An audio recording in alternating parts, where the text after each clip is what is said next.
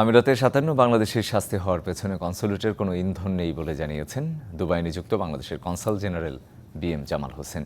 সোমবার গণমাধ্যম কর্মীদের একথা বলেন তিনি। বলেন, ৫৭ জন প্রবাসী গ্রেপ্তার ও শাস্তির পেছনে দুবাইয়ে নিযুক্ত কনসাল জেনারেলের ইন্ধন রয়েছে। এই মর্মে গণমাধ্যমে প্রচারিত কয়েকজন আইনজীবীর বক্তব্যকে ভিত্তিহীন বলে উল্লেখ করেন কনসাল জেনারেল। বলেন, এসব কথা সম্পূর্ণ মিথ্যা ও বানোয়াট।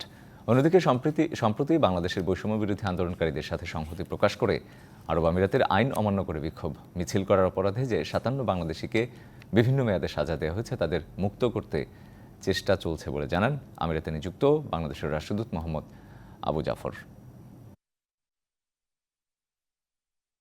এমবাসি বা কনসুলেট চাইলেই তো জেলখানায় যেতে পারবে না এবং কোনো কোর্টের সামনেও যেতে পারবে না। ভিয়েনা কনভেনশনে বলা আছে এটি এদের পররাষ্ট্র মন্ত্রণালয়ের মাধ্যমে অ্যাপ্রোচ করার জন্য। সেভাবেই করছি। সেটি যেদিন এদেরকে কনভিকশন হয়েছে ২১শে জুলাই, ২২শে জুলাই থেকে আমরা সেগুলো করে যাচ্ছি।